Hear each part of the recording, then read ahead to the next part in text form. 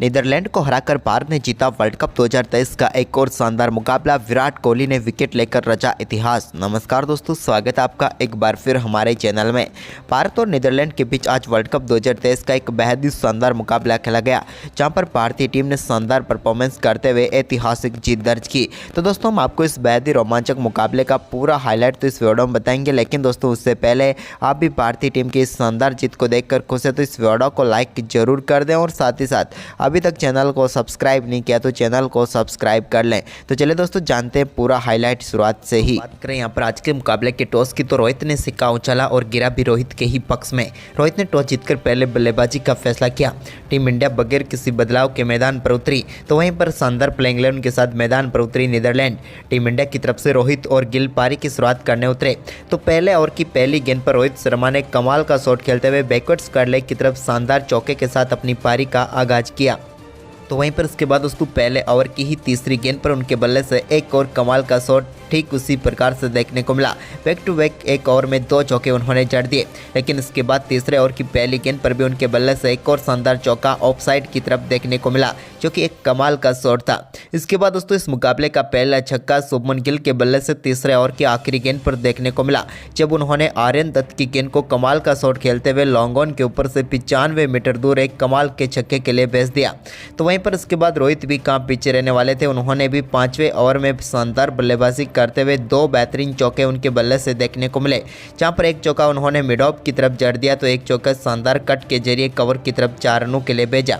इसके बाद छठे ओवर में भी शुभमन गिल की दमदार बल्लेबाजी देखने को मिली, जहां पर शुभमन गिल ने छठे ओवर की पहली गेंद पर एक कमाल का चौका जड़ दिया और इस बार गेंद को बैकवर्ड स्क्वायर लेग की तरफ 4 रनों के लिए भेजा। लेकिन दोस्तों इसी ओवर की तीसरी गेंद पर भी उनके बल्ले से एक और कमाल का छक्का देखने को मिला, जहां पर उन्होंने एक बार फिर फाइन लेग की तरफ गेंद को 6 रनों के लिए भेजा और इस बार 60 मीटर का छक्का उनके बल्ले से निकला।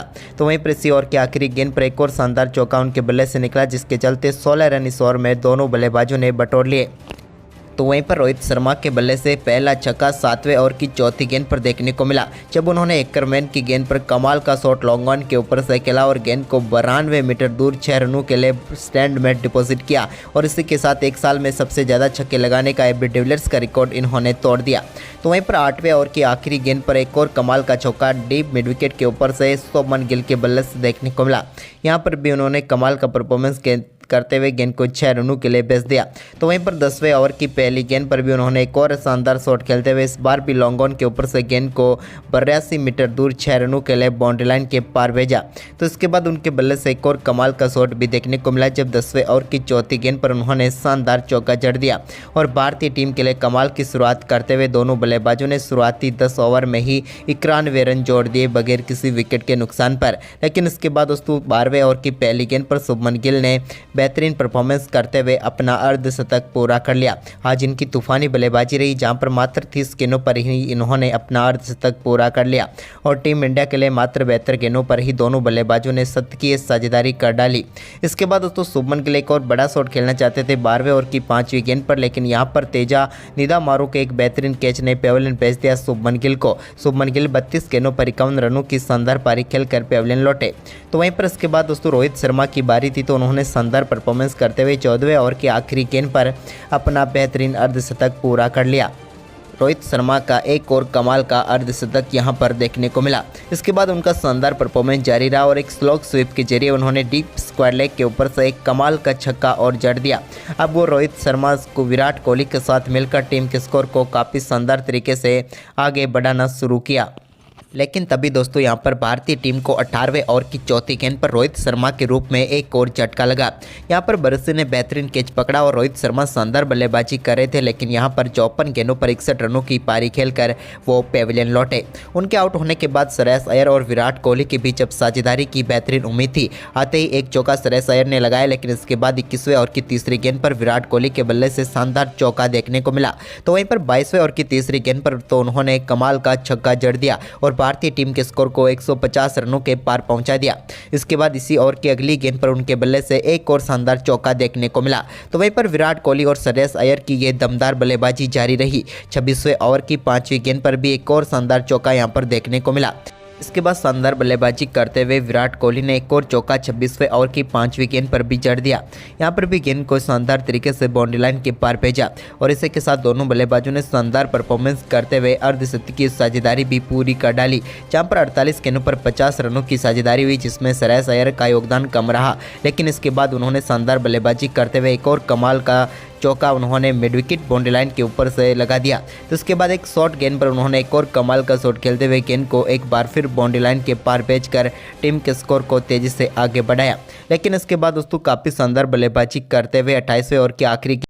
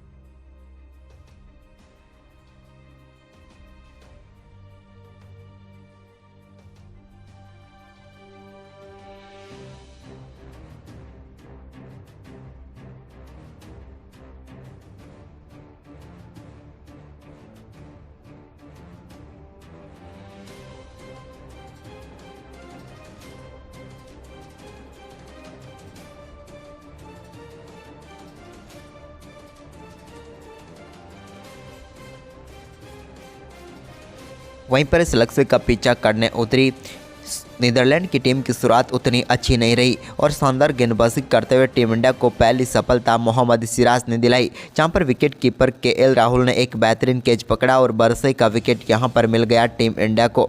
इसके बाद दोस्तों यहां पर शानदार गेंदबाजी जारी रही भारतीय गेंदबाजों की, लेकिन इसी बीच दूसरे विकेट के लिए बेहतरीन पार्टनरशिप खड़ी कर डाली। शानदार बल्लेबाजी करते हुए एकरमैन और मैक्सवेल डॉवर्ट ने दोनों बल्लेबाजों ने शानदार परफॉर्मेंस करते हुए 50 रनों की पार्टनरशिप कर डाली। लेकिन इसके बाद दोस्तों टीम इंडिया को एक और सफलता यहां पर एकरमैन के रूप में मिली, जब कुलदीप यादव ने शानदार गेंदबाजी करते हुए 13वें ओवर की पहली गेंद पर उनको एलबीडब्ल्यू आउट करके पेविलियन भेजा। उन्होंने 32 गेंदों पर 35 रनों की पारी खेली और कुलदीप को अपना विकेट थमा बैठे।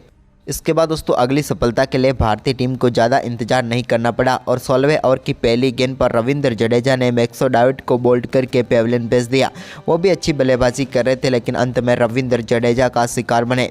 मैक्सवेल डॉवर्ट की बात करें तो उन्होंने 42 गेंदों का सामना करने के बाद 30 रनों की पारी खेली और वो भी पेविलियन लौट गए। लेकिन इसके बाद एंगलब्रेथ के साथ मिलकर कप्तान स्कॉट एडवर्ड्स ने टीम के स्कोर को आगे बढ़ाया। लेकिन इसी बीच यहाँ पर विराट कोहली की एक कमाल की गेंद पर 25वें ओवर की तीसरी गेंद पर वो भी अपना कैच केएल राहुल को थमा बैठे और कप्तान का विकेट लेकर शानदार गेंदबाजी का परिचय दिया यहां पर विराट कोहली ने। और लंबे समय के बाद एक सफलता विराट की झोली में भी गई।